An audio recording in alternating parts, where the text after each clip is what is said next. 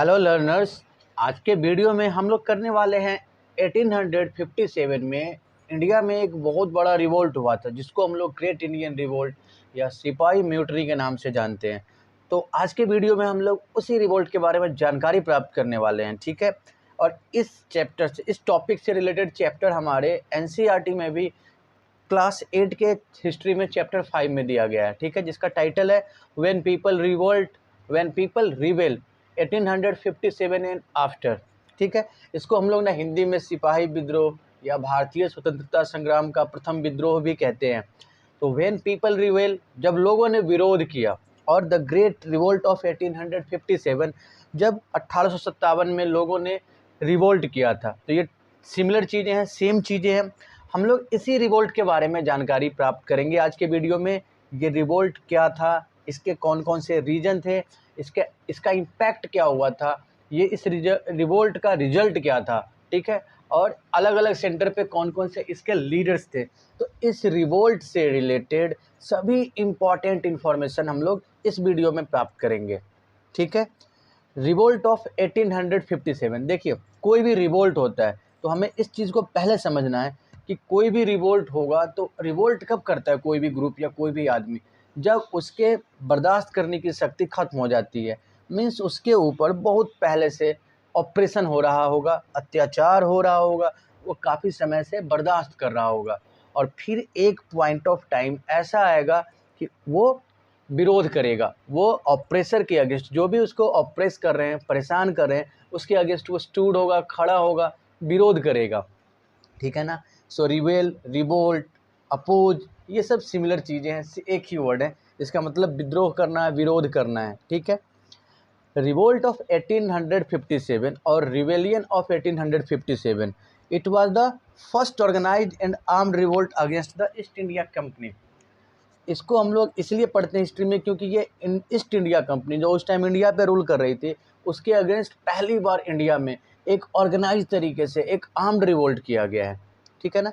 So we can conclude it, we can understand that it was the first organised and armed revolt against the East India Company. East India Company के खिलाफ ये पहली बार एक organise revolt किया गया था। और इस रिवोल्ट की अगर हम बात करते हैं, हम लोग सिपाही विद्रोह या द ग्रेट इंडियन रिवोल्ट की बात करते हैं ना, तो यहाँ पे जो इवेंट्स हुए हैं 1857 से लेके 1859 तक, बेसिकली 2 साल तक ये रिवोल्ट चला है। हमें पता है कि रिवोल्ट कोई सिंगल डे इवेंट नहीं होता है। रिवोल्ट के जो रीजन होंगे वो भी काफ़ी एक प्रोसेस में चलेंगे, एक पीरियड वाइज चलेंगे, ठीक है ना। तो वो एक होगा, और ये जो रिवोल्ट भी होगा वो भी कंटिन्यूसली कुछ पीरियड के लिए चलेगा। So revolt can't be a single day event, okay. तो यहाँ पे हम लोग इसी चीज़ को देखेंगे कि इंडिया में जो रिवोल्ट हुआ है, जिसे हम लोग सिपाही म्यूटनी या सिपाही विद्रोह कहते हैं, ये 1857 से 1859 के पीरियड में ख़ास तौर पे यूपी और बिहार के अलग अलग सेंटर्स पे ईस्ट इंडिया कंपनी के खिलाफ वहाँ के लोकल रूलर्स और इंडियन सोल्जर्स जो ब्रिटिश के लिए काम करते थे, उनके द्वारा किया गया ये रिवोल्ट था, ठीक है ना।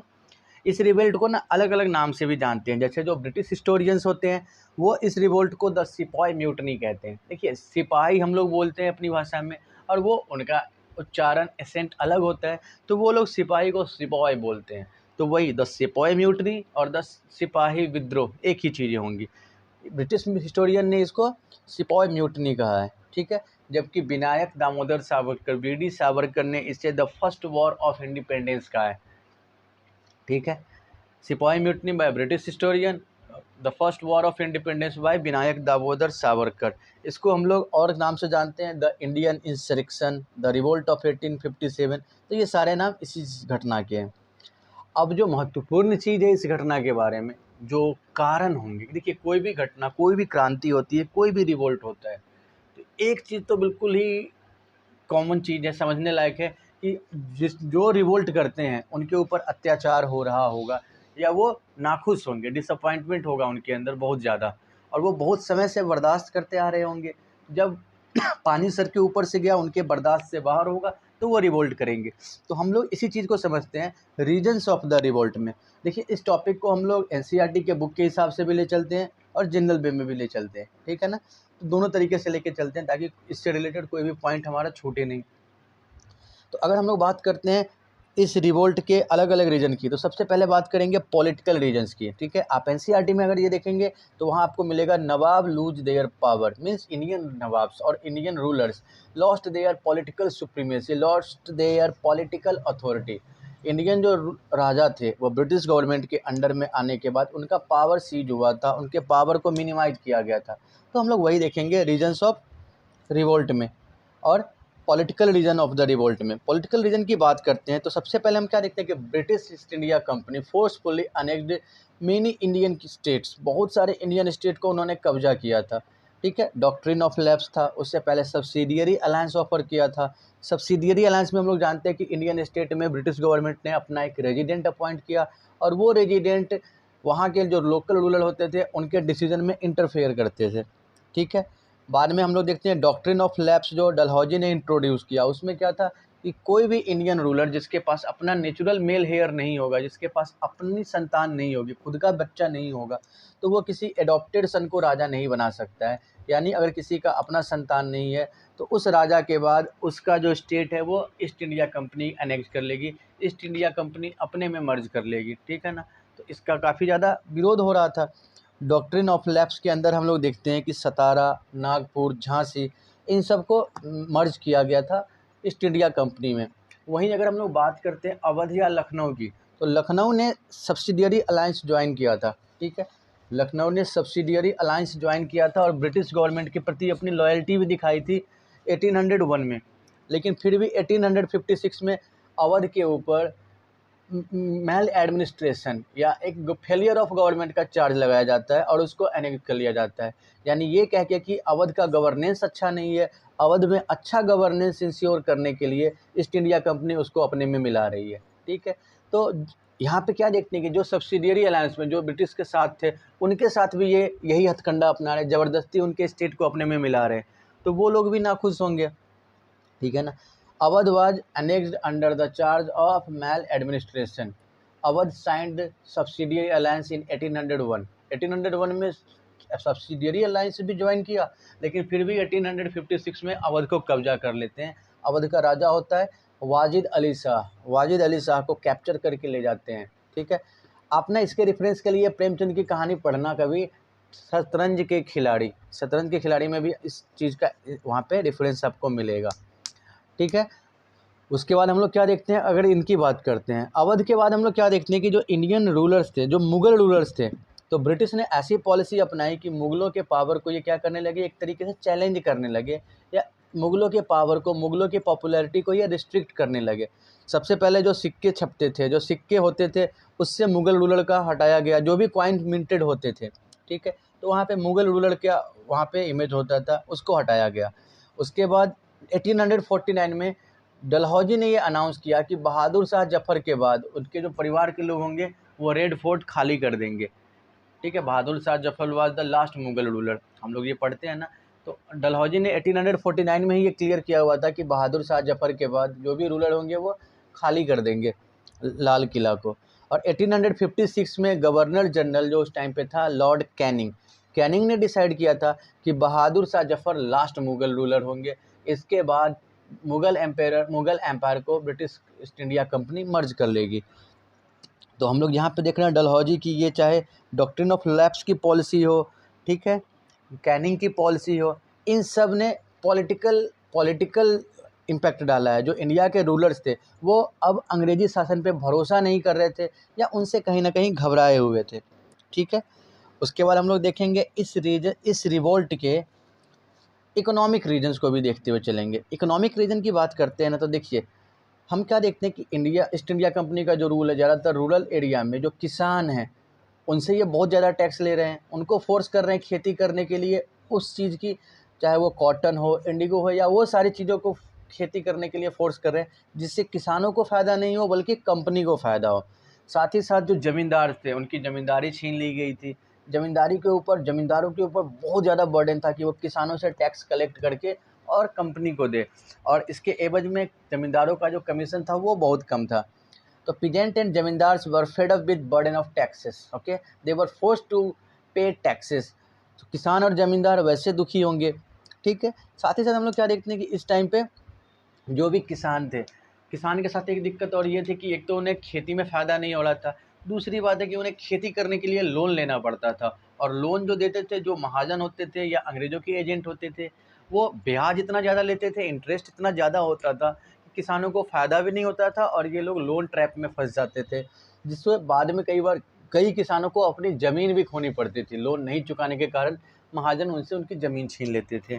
ठीक है, तो किसान के लिए एक ये भी नुकसान की वाली बात थी, ठीक है ना। सो द साथ ही साथ हम लोग क्या देखते हैं कि इस टाइम पे ना ब्रिटिश आर्मी में ज़्यादातर सोल्जर्स इंडियन थे, ऑलमोस्ट 80% सोल्जर्स इंडियन ही थे, लेकिन इंडियन सोल्जर्स को इक्वलिटी नहीं दी जाती थी। जैसे वाइट सोल्जर्स होते थे और इंडियन सोल्जर, तो वाइट सोल्जर्स को ज़्यादा रिस्पेक्ट मिलता था, सैलरी अच्छी मिलती थी, फैसिलिटीज़ अच्छी मिलती थी। इंडियन सोल्जर्स के साथ भेदभाव होता था, वर्किंग कंडीशन बहुत ही ख़राब होती थी, फैसिलिटीज़ उनको बिल्कुल नहीं मिलती थी, सैलरी भी कम मिलता था, और सबसे ज़्यादा जो इम्पोर्टेंट है किसी इंसान के लिए, रिस्पेक्ट, वो रिस्पेक्ट भी नहीं मिलता था। आपने केसरी मूवी भी देखी होगी, जो इंडियन सोल्जर्स होते हैं ना, वो ब्रिटिश के अंडर काम करते हैं, तो ब्रिटिश ऑफिसर इंडियन सोल्जर्स की इज्जत नहीं करते हैं, ठीक है ना। तो एक आपने अगर मूवी ये देखी होगी तो आप समझ सकते हो कि इंडियन सोल्जर्स को बहुत ज़्यादा रिस्पेक्ट नहीं देते थे ये लोग, ठीक है। और दूसरा क्या है कि जो इस टाइम पे सोल्जर्स थे, मोस्टली वो सब गांव से रिलेटेड थे, गांव से ही जुड़े हुए थे, और जो गांव में किसानों पे अत्याचार हो रहा था, तो इससे सिपाहियों को भी लग रहा था कि कहीं ना कहीं वो ईस्ट इंडिया कंपनी को साथ देके अपने से ही गलत कर रहे हैं, गद्दारी कर रहे हैं। तो गांव में जो किसानों पे अत्याचार हो रहा था, इससे भी इंडियन सोल्जर्स नाराज़ थे। और एक ना इम्पॉर्टेंट रीज़न ये भी था कि उस टाइम पे क्या हुआ ना, उस टाइम पे ये था कि जो भी लोग इंडिया से बाहर जाते थे समुद्र के रास्ते, ठीक है, तो ऐसा माना जाता था कि उनका धर्म भ्रष्ट हो गया। If any Indian soldier, if any Indian travel through the sea route, it was considered that his religion was wiped away. अगर कोई आदमी समुद्र के रास्ते से, सी के रास्ते से कहीं जाते हैं, तो ऐसा मानते हैं कि जैसे ही वो सी में गया, उसका रिलीजन, उसका धर्म, उसकी पवित्रता नष्ट हो गई, धुल गया। और 1824 में क्या हुआ कि इंडियन सोल्जर्स को ब्रिटिश गवर्नमेंट ने बर्मा में एंग्लो बर्मीज वॉर में पार्टिसिपेट करने के लिए भेजा, लेकिन इंडियन सोल्जर्स ने मना कर दिया, ठीक है। अब जो मना करेंगे, ये तो अंडरस्टूड चीज़ है कि जो भी मना करेंगे उनको पनिश किया जाएगा बुरी तरीके से, गवर्नमेंट तो उनको पनिश करेगी, ठीक है। बाद में इन्होंने क्या किया, एक कानून ही बना दिया। 1856 में एक ऐसा कानून बनाया कि जो भी Indian soldiers India army join करेंगे, ठीक है, तो उन्हें जब ज़रूरत पड़ेगी ब्रिटिश गवर्नमेंट को, तो उनकी मदद के लिए इंडिया से बाहर भी जाना पड़ सकता है। तो इंडियन सोल्जर्स एक इस बात को लेके भी नाराज़ होंगे, क्योंकि उनके रिलीजन पे ये बात आ गई थी। अगर नौकरी करनी है तो बाहर जाना होगा, जहाज़ में चढ़ के विदेश जाना होगा अंग्रेज़ों की सहायता के लिए, और अंग्रेज़ों की सहायता के लिए जैसे ही वो जहाज़ में चढ़ के विदेश जाएंगे, उनका धर्म भ्रष्ट हो जाएगा, ठीक है ना। तो 1856 British company passed a law which oblige Indian soldiers to travel through the sea route if required, ठीक है, अगर ज़रूरत पड़ी तो उन्हें बाहर देना पड़ेगा अपनी सर्विस। तो इन सब चीज़ों से भी हमारे यहाँ के जो उस टाइम के सिपाही थे वो नाराज़ थे, दुखी थे, ठीक है। फिर हम लोग क्या देखते हैं, फिर हम लोग देखते हैं रिस्पॉन्स टू रिफॉर्म्स और सोशल और रिलीजियस रीजन, ठीक है। हम लोग बात करते हैं इस टॉपिक को, देखिए एनसीईआरटी में कैसे कवर किया गया है, रिस्पॉन्सेज टू रिफॉर्म्स, ठीक है। और इस टॉपिक के अंदर हम लोग क्या देखेंगे कि वैसे रीजन जो सोशल और रिलीजियस रीजन है इस रिवोल्ट के, उसके बारे में समझेंगे। हम लोग देखते हैं कि इस टाइम पे ना ब्रिटिश गवर्नमेंट चाहती थी कि इंडिया के लोग वेस्टर्न कल्चर को अपनाएं, तभी वो ब्रिटिश गवर्नमेंट के लिए लॉयल होंगी, ठीक है ना। तो वो इंग्लिश एजुकेशन को काफ़ी प्रमोट कर रहे थे, वेस्टर्न सिविलाइजेशन को काफ़ी प्रमोट कर रहे थे, और इसका जो इंडिया के लोग हैं वो समझ रहे थे कि ये उनके धर्म को कहीं ना कहीं नुकसान पहुंचाएगा। So their Indian people were concern about their religion. तो ये चीज़ हम लोग देख रहे हैं, ठीक है। इंडियन जो लोग थे वो अपने धर्म के प्रति थोड़ा सजग हो रहे थे। अंग्रेज जो थे उन्होंने कन्वर्जन को, जो क्रिश्चियन मिशनरीज इंडिया आते थे, जो हिंदू या यहाँ के और भी जो धर्म के लोग हैं, उनको वो परसुएड करते थे, उनको कन्वर्ट करते थे क्रिश्चियन बनाने के लिए। तो जो भी धर्म परिवर्तन के लिए यहाँ आते हैं, अपने धर्म का प्रचार करने आते हैं, उनको हम लोग मिशनरीज कहते हैं। तो जो यूरोपियन मिशनरीज थे, they started conversion at large scale in India and the government supported them. Government support कर रही थी कि ये लोग ज़्यादा से ज़्यादा इंडियंस को कन्वर्ट करें, ठीक है। इसी को ध्यान में रख के 1850 में एक लॉ भी इन्होंने इंट्रोड्यूस किया, एक लॉ बनाया कि अगर कोई हिंदू या कोई और रिलीजन का कन्वर्ट होकर क्रिश्चियन बनता है तो उसका प्रॉपर्टी पे ही उसका ऑनरशिप रहेगा, उसके प्रॉपर्टी से ऑनरशिप नहीं छीनी जाएगी। तो इसका मतलब है कि आप अपने प्रॉपर्टी के साथ क्रिश्चियन बन सकते हैं, कन्वर्ट हो सकते हैं, तो ये प्रमोट करेगा कन्वर्जन को।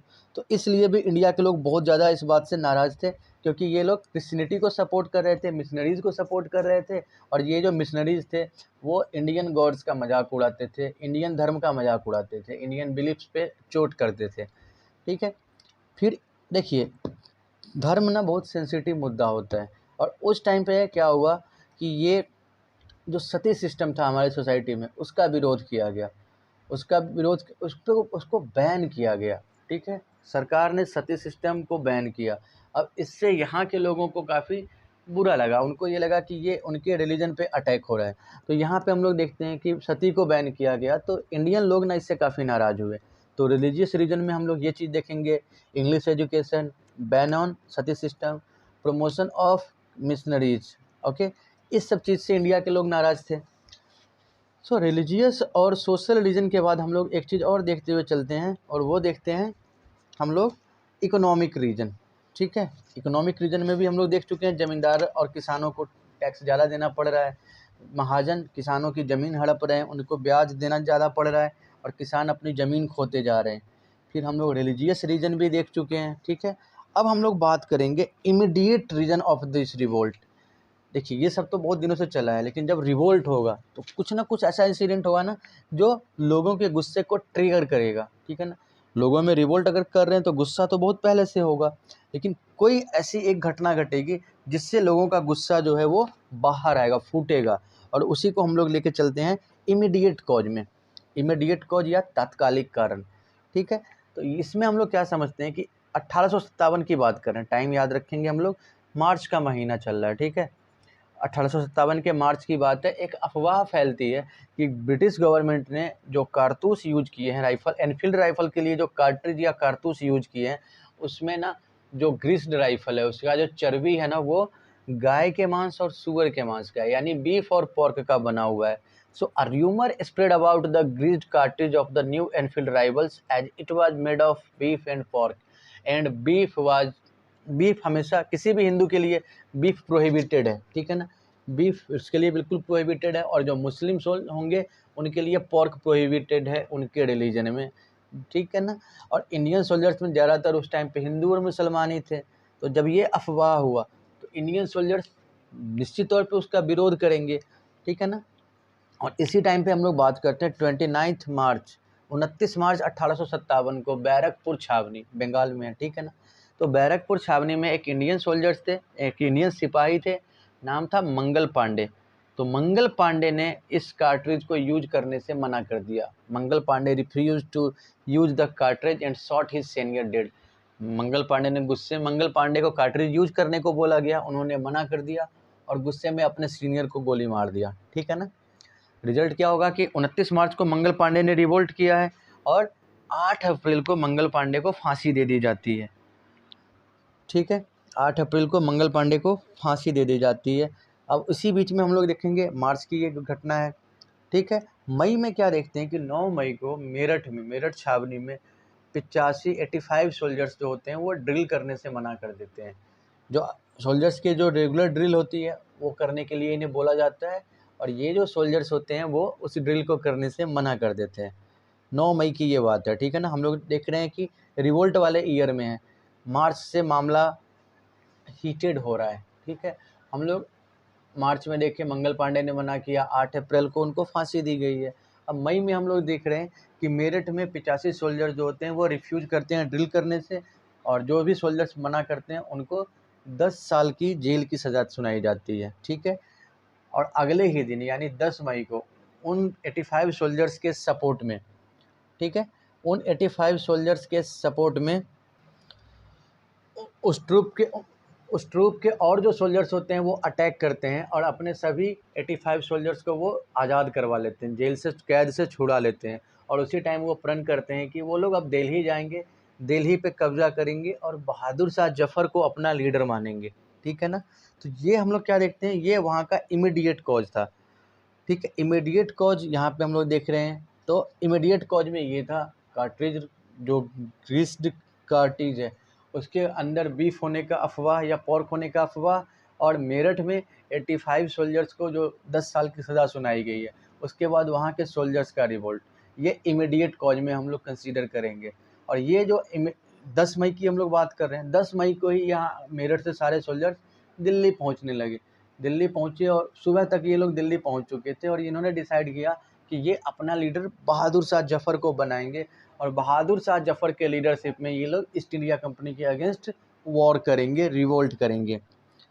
ठीक है ना। तो हम लोग इस रिवोल्ट के अलग अलग रीजन को समझ चुके हैं, अलग अलग कॉज को समझ चुके हैं। अब अगर हम लोग बात करते हैं इस रिवोल्ट की, तो ये रिवोल्ट ना देखिए, स्पेशली ना ये रिवोल्ट इंडिया में दिल्ली, मेरठ, कानपुर, लखनऊ, अवध, लखनऊ अवध एक ही है, बिहार, झांसी और एक मांडवा ये एमपी में है। तो इस एरिया में ही ये स्प्रेड फैला हुआ है। तो हम लोग देखते हुए चलेंगे the centres of the revolt, the leader of the revolt and the British officer who suppressed the revolt. ठीक है, एक एक करके हम लोग जो भी इस रिवोल्ट के सेंटर थे उसको समझते हुए चलते हैं। सबसे पहले बात करते हैं लखनऊ की। तो लखनऊ में इस रिवोल्ट का जो लीडरशिप था वो बेगम हजरत महल के हाथ में था। बेगम हजरत महल, वाइफ ऑफ शाह वाजिद अली शाह, वाजिद अली शाह की बेगम हजरत महल ने लखनऊ में रिवोल्ट को लीड किया था। और लखनऊ में इस रिवोल्ट को दबाने वाले ब्रिटिश ऑफिसर थे हेनरी लॉरेंस। ठीक है। दिल्ली में बात करते हैं तो दिल्ली में इसके लीडर थे बहादुर शाह जफर, और दिल्ली में इस रिवोल्ट को सप्रेस किया है जॉन निकोलसन ने। फिर हम लोग कानपुर की बात करेंगे तो कानपुर में इस रिवोल्ट को लीड किया है नाना साहब ने। ठीक है। और नाना साहब बीच रिवोल्ट में ये अंडरग्राउंड होकर नेपाल चले जाते हैं। फिर इनके जो कमांडर होते हैं तात्या टोपे, तात्या टोपे बहुत बहादुरी से लड़ते हैं, गुरिल्ला वार करते हैं, अंग्रेज़ों को बहुत डैमेज करते हैं। फाइनली तात्या टोपे अरेस्ट किए जाते हैं और उनको फांसी दे दी जाती है। ठीक है। तो कानपुर में तात्या टोपे लीड कर रहे थे, बरेली में बख्त खान लीड कर रहे थे, और कॉलिन कैंपवेल ने बरेली में रिवोल्ट को सप्रेस किया है। मांडला एमपी में है और मांडला में रानी अवंतीबाई है। देखिए रानी अवंतीबाई, जैसे हम लोग रानी लक्ष्मीबाई का नाम बहुत रिगार्ड के साथ लेते हैं, वैसे ही रानी अवंतीबाई ने भी अंग्रेज़ों के खिलाफ वहाँ पे युद्ध किया है मांडवा में। ठीक है, मांडला में। और जब वो अंग्रेज़ों से घिर गई तो अपने सम्मान की रक्षा के लिए, ठीक है, उन्होंने खुद को ही मार लिया था। तो रानी अवंतीबाई भी काफ़ी रिस्पेक्टेड नेम है इंडियन फ्रीडम स्ट्रगल में। ठीक है। रानी अवंतीबाई ने मांडला में रिवोल्ट किया। झांसी की रानी के बारे में हम लोग जानते हैं कि झांसी की रानी लक्ष्मीबाई ने झांसी और ग्वालियर में रिवोल्ट किया है, और झांसी और ग्वालियर के रिवोल्ट को सप्रेस करने वाला ब्रिटिश ऑफिसर है ह्यूरोज। ठीक है ना, ह्यूरोज। उसके बाद हम लोग आरा या बक्सर या बिहार की बात करते हैं। तो बिहार में रिवोल्ट को लीड किया है कुंवर सिंह ने, और बिहार में रिवोल्ट को दबाने वाले, सप्रेस करने वाले ऑफिसर हैं विलियम टेलर। ठीक है। इलाहाबाद और बनारस में रिवोल्ट को लीड किया है मौलवी लियाकत अली ने, और वहाँ पे रिवोल्ट को दबाने वाले हैं ब्रिटिश ऑफिसर कर्नल अंसेल। ठीक है। तो ये हम लोग देखते हैं कि रिवोल्ट के जो सेंटर थे दिल्ली, कानपुर, बरेली, मांडला, झांसी, बिहार, इलाहाबाद, ये सब मोस्टली यूपी और बिहार की जगह थे। ठीक है। और ये रिवोल्ट ना 2 साल चला था। 2 साल में इस रिवोल्ट को दबा दिया गया। अंग्रेज़ों ने फाइनली कंट्रोल तो कर लिया, इस रिवोल्ट को दबा दिया, लेकिन बाद में उन्हें सोचना पड़ा कि फ्यूचर में ऐसा कोई रिवोल्ट नहीं हो, फ्यूचर में फिर से इंडियन सिपाही या इंडियन रूलर उनके अगेंस्ट नहीं हो। तो ये ध्यान में रखते हुए उन्होंने अपने पॉलिसी में कुछ चेंज किए, कुछ बदलाव किए हैं, जिसको हम लोग कह सकते हैं result of the 1857 revolt. Okay. 1857 के रिवोल्ट की हम लोग बात करते हैं रिजल्ट की। सबसे पहले क्या देखते हैं कि देखिए 1857 से पहले इंडिया में रूल कर रही थी ईस्ट इंडिया कंपनी। ये एक कंपनी थी, कमर्शियल कंपनी थी, ट्रेडिंग कंपनी थी। तो इस वॉर के बाद क्या होगा, इंडिया का शासन कंपनी से लेके डायरेक्ट ब्रिटिश क्राउन के पास जाएगा, महारानी का शासन होगा। ठीक है ना। So end of companies rule in India, the British crown took India under her direct control. British crown ने भारत का नियंत्रण अपने हाथ में ले लिया। ये पहले एक कंपनी के हाथ में था जिसका नाम था ईस्ट इंडिया कंपनी। ठीक है। तो रिजल्ट ऑफ द रिवोल्ट का पहला सिग्निफिकेंट रिजल्ट हम लोग यही देखते हैं कि भारत के ऊपर जो शासन का अधिकार था वो ईस्ट इंडिया कंपनी से ब्रिटिश क्राउन के अंदर शिफ्ट हो गया है। ठीक है। उसके बाद हम लोग देखते हैं कि गवर्नमेंट ने क्या देखा कि लोगों के विरोध का एक रिलीजियस कॉज भी है।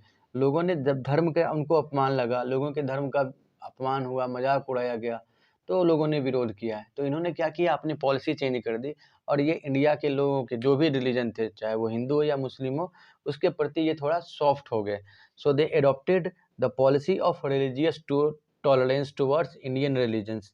ठीक है, उसके बाद इन्होंने क्या देखा है अंग्रेजों ने कि इंडियन सोल्जर्स ने रिवोल्ट किया है और आर्मी में ज़्यादातर सोल्जर्स कहाँ के थे, इंडिया के थे। तो इन्होंने क्या किया, इंडियन सोल्जर्स के नंबर को घटाना चालू किया, यानी कम से कम इंडियन सोल्जर्स को अब आर्मी में रखेंगे और वाइट सोल्जर्स को बढ़ाएंगे। साथ ही साथ जो ये रिवोल्ट हुआ है इसमें ज़्यादातर यूपी और बिहार के सोल्जर्स थे। तो अब ये क्या ध्यान रखेंगे कि अब जो रिवोल्ट होगा, अब जो आर्मी में सोल्जर्स आएंगे वो यूपी बिहार से बहुत कम लेंगे और ये ज़्यादातर सोल्जर्स अब लेंगे गोरखा, सिख, पठान, ये सब आर्मी में ज़्यादा रिक्रूट किए जाएंगे। ठीक है ना। So number of Indian soldiers were reduced, recruitment of soldiers from Gorkha, Sikh and Pathans instead of soldiers from UP Bihar and central India. ये चीज़ें क्लियर हो चुकी है। ठीक है, फिर हम लोग बात करते हैं कि जो लोकल रूलर्स थे उनके राइट को छीना गया, कम किया गया था, तभी तो वो लोग नाराज हुए थे। पहले तो इंडिया के लीडर अंग्रेजों को सपोर्ट कर ही रहे थे, लेकिन डॉक्ट्रिन ऑफ लैप्स हो, उनका पावर छीना गया। ठीक है, तो उनके पॉलिटिकल पावर को फिर से अंग्रेजों ने रिलीज किया। ठीक है, the British government accepted authority of local leaders, local leaders के अथॉरिटी को एक्सेप्ट किया। इनकी बस कंडीशन ये थी कि वो ब्रिटिश के साथ फ्रेंडली रहेंगे, ब्रिटिश गवर्नमेंट को हेल्प करेंगे और इनके पावर को ब्रिटिश गवर्नमेंट अब सीज नहीं करेगी, इनको सपोर्ट करेगी ताकि फिर से ये ब्रिटिश गवर्नमेंट के अगेंस्ट नहीं हो। डॉक्ट्रिन ऑफ लैप्स को ख़त्म किया गया। ठीक है ना। सो ये रीज़न हम लोग देख रहे हैं रिजल्ट ऑफ द रिवोल्ट में। End of companies rule, Lord Canning जो पहले ईस्ट इंडिया कंपनी के गवर्नर जनरल थे वो अब बनेंगे वायसराय। जो पोस्ट इंडिया में पहले गवर्नर जनरल का था, गवर्नर जनरल मतलब कंपनी की तरफ से हाईएस्ट ऑफिसर इन इंडिया। अब क्या होगा, गवर्नर जनरल की जगह हम लोग वायसराय बोलेंगे। वायसराय क्या होगा कि ब्रिटिश क्राउन के बाद इंडिया में जो सबसे हाईएस्ट पोस्ट होगा उसको वायसराय कहेंगे। वायसराय को हम लोग आज की डेट में कह सकते हैं राष्ट्रपति के बराबर। ठीक है ना। फिर गवर्नमेंट रिलीजियस टॉलरेंस की पॉलिसी अपनाती है, इंडियन सोल्जर्स को कम से कम रिक्रूट करती है और जो भी इंडियन सोल्जर्स होते हैं वो यूपी बिहार से नहीं लेके गोरखा, सिख, पठान ये लेते हैं। ठीक है, जो लोकल रूलर्स थे उनके राइट्स को गवर्नमेंट ने वापस कर दिया है। तो ये हम लोग देखते हैं रिजल्ट इस रिवोल्ट के। ठीक है, साथ ही साथ हमें ये भी समझना चाहिए कि ये रिवोल्ट ना फुल फ्लेज सक्सेसफुल नहीं था। इस रिवोल्ट का बहुत ज़्यादा असर तो हुआ है, नुकसान तो किया है, लेकिन ये रिवोल्ट फाइनली दबा दिया गया है। तो ऐसे क्या रीजंस थे जिससे ये रिवोल्ट फ्लॉप हो गया, सक्सेसफुल नहीं रहा है। तो हम लोग कुछ उसके कारण को समझते हैं। ठीक है ना। Reasons for the failure of the revolt of 1857 कि सबसे पहला क्या है ना कि ये रिवोल्ट ना बेसिकली यूपी और बिहार और एक एमपी का अब हमने देखा है मांडला, तो ये नॉर्थ इंडिया में ही सेंटर्ड था और नॉर्थ इंडिया में भी बेसिकली यूपी और बिहार में ही। तो ये रिवोल्ट पूरे इंडिया में नहीं फैला था। ठीक है ना। So the revolt was spread in limited areas mainly in north India, specially UP and Bihar. एक सबसे बड़ा रीज़न था कि ये पूरे इंडिया में होता तो ज़्यादा असर हो सकता था इसका। इंडिया में जो उस टाइम पे बड़े स्टेट्स थे जैसे हैदराबाद, कश्मीर, मैसूर, त्रावणकोर, इन सब ने इस रिवोल्ट को सपोर्ट नहीं किया। So bigger Indian state of that time like Hyderabad, Mysore, Travancore, Kashmir separated from the revolt. ठीक है, एक ये बहुत बड़ा रीज़न था। उसके बाद हम लोग देखते हैं उसके बाद कि कोई भी रिवोल्ट हो, कोई भी लड़ाई हो, तो एक एफिशिएंट लीडरशिप चाहिए, एक मजबूत नेतृत्व चाहिए और इस रिवोल्ट में उसकी कमी थी। देखिए, चाहे झांसी की रानी हो, वीर कुंवर सिंह हो, तात्या टोपे हो, ये सभी ना बिल्कुल बहादुरी से, बहुत बहादुरी से लड़े, मगर ये सब अंग्रेज़ों के खिलाफ इंडिविजुअली लड़ रहे थे, अलग अलग हिस्सों में लड़ रहे थे। ठीक है ना। और जो रिवोल्ट के लीडर थे पूरे ये जो रिवोल्ट हुआ है उसके जो लीडर थे बहादुर शाह जफर, वो बेचारे खुद 80 साल से ज़्यादा की उम्र के थे, बूढ़े थे, शायर थे, तो वो क्या लड़ पाते। ठीक है ना। तो एक लीडरशिप की बहुत बड़ी यहाँ पे कमी महसूस की गई। ठीक है, the lack of an efficient leadership, ये एक बहुत बड़ा फेलियर होने का रीज़न बना है। ठीक है, साथ ही साथ वॉर जब चलता है तो बहुत ज़्यादा पैसे चाहिए, हथियार चाहिए, आर्मी को सप्लाई के लिए चाहिए, सब मनी चाहिए। अब यहाँ पे इंडियन जो रूलर्स थे उनके पास रिसोर्स की कमी थी, आर्म्स की कमी थी, सोल्जर्स भी थे वो कभी बहुत लॉन्ग रन तक, बहुत लंबे समय तक युद्ध के लिए उतना ट्रेंड भी नहीं थे, बहुत टाइम से उन्होंने वैसा लड़ाइयाँ भी नहीं लड़ी थी वैसी। तो lack of money, arms and military training, एक रीज़न हम लोग ये भी लेके चलेंगे, ठीक है। Lack of arms, money and trained trained army. उसके बाद हम लोग क्या देखते हैं कि ये जो रिवोल्ट है ना, ये मेनली किसने किया है? हम लोगों ने देखा है कि सिपाहियों का विद्रोह है, इसलिए इसको सिपाही विद्रोह कहते हैं, या वैसे राजा का विद्रोह, वो वैसे राजा थे, वैसे रूलर्स थे जिनके अधिकारों को अंग्रेज़ों ने छीन लिया है। इससे पहले ये राजा अंग्रेज़ों को सपोर्ट कर रहे थे, ठीक है ना, किसी न किसी तरीके से, सब्सिडियरी अलायंस हो, डॉक्ट्रिन ऑफ लैप्स हो। जब इनके पावर को ज़्यादा छीना जाने लगा तब तो इन्होंने रिवोल्ट किया, पहले तो ये अंग्रेज़ों के साथ ही थे। तो यहाँ के जो मिडिल क्लास लोग हैं, इंडिया के मिडिल क्लास लोगों को ये लगा कि ये रिवोल्ट उनके लिए नहीं है, ये तो राजा इसलिए कर रहे हैं क्योंकि उनका पावर छीन लिया, सिपाही इसलिए विरोध कर रहे हैं क्योंकि उनको फैसिलिटी नहीं मिल रही है। मगर ये सिपाही भी तो पहले अंग्रेज़ों के अंडर ही काम कर रहे थे, ये राजा भी अंग्रेज़ों के लिए काम कर रहे थे, तो इनको दिक्कत है, ये लड़ाई करें, हमें कोई मतलब नहीं है। तो मिडिल क्लास के लोगों ने इस रिवोल्ट को सपोर्ट नहीं किया है, ठीक है। इसका ये एक बहुत, कोई भी रिवोल्ट होगा तो जितने ज़्यादा लोगों का सपोर्ट होगा, रिवोल्ट उतना पावरफुल होगा, उतना प्रोडक्टिव होगा, उतना सक्सेसफुल होगा। लेकिन यहाँ पे क्या देख रहे हैं कि ये रिवोल्ट ना मास के द्वारा नहीं किया गया है, कंबाइंड रिवोल्ट नहीं है, रूलर्स ने किया है, वो भी इंडिविजुअली अलग अलग किया है, ठीक है। ये इस कारण से भी ये रिवोल्ट सक्सेसफुल नहीं हुआ है। तो 4-5 रीज़न हम लोग देख रहे हैं, लिमिटेड एरिया में फैला हुआ है, बड़े स्टेट जो थे वो शामिल नहीं हो रहे हैं, आर्म्स या पैसे की कमी है, जो लड़ाइयाँ लड़ी गई है तो रूलर्स के पास ब्रिटिश गवर्नमेंट के कंपैरिजन में उतने ज़्यादा ना तो सोल्जर्स हैं ट्रेंड उनके पास, ना हथियार है, ना ही पैसा है, ठीक है। और जो मिडिल क्लास लोग हैं अगर वो सपोर्ट करते तो शायद ये उसी टाइम हम लोग आज़ाद हो जाते थे, लेकिन ऐसा हुआ नहीं, मिडिल क्लास ने सपोर्ट नहीं किया। Middle class concerned it as a mere revolt by the local rulers, local kings and सिपाही, तो they kept themselves aloof from the revolt. तो ये सारे रीज़न थे इस रिवोल्ट के फेल होने के कारण। देखिए ये वीडियो लगभग आधे घंटे का हो गया है, लेकिन इस आधे घंटे में हमने इस रिवोल्ट से रिलेटेड सभी इम्पॉर्टेंट पॉइंट्स को कवर किया है। तो मैं उम्मीद करता हूँ कि आप इस टॉपिक को अब बहुत अच्छे से कर सकते हैं, चाहे वो आप एनसीईआरटी के टेक्स्ट बुक से देखें या आप इसको नॉर्मल वे, जनरल वे में देखें। तो इस 1857 के रिवोल्ट से सारी जानकारी हम लोगों ने साझा कर लिया है। अब इससे रिलेटेड जो सेंटर ऑफ रिवोल्ट हैं उसके मैप में आप लोग देखेंगे मेरठ, झांसी, बक्सर, उसके बाद आप अवध या लखनऊ, दिल्ली, दिल्ली और कानपुर, इन जगह को आप लोग एक बार मैप पे अच्छे से प्रैक्टिस करेंगे। ओके, मैं उम्मीद करता हूँ कि ये वीडियो अब आपको मैं उम्मीद करता हूँ कि आपने इस टॉपिक को अब काफ़ी अच्छे से समझ लिया होगा। Thank you.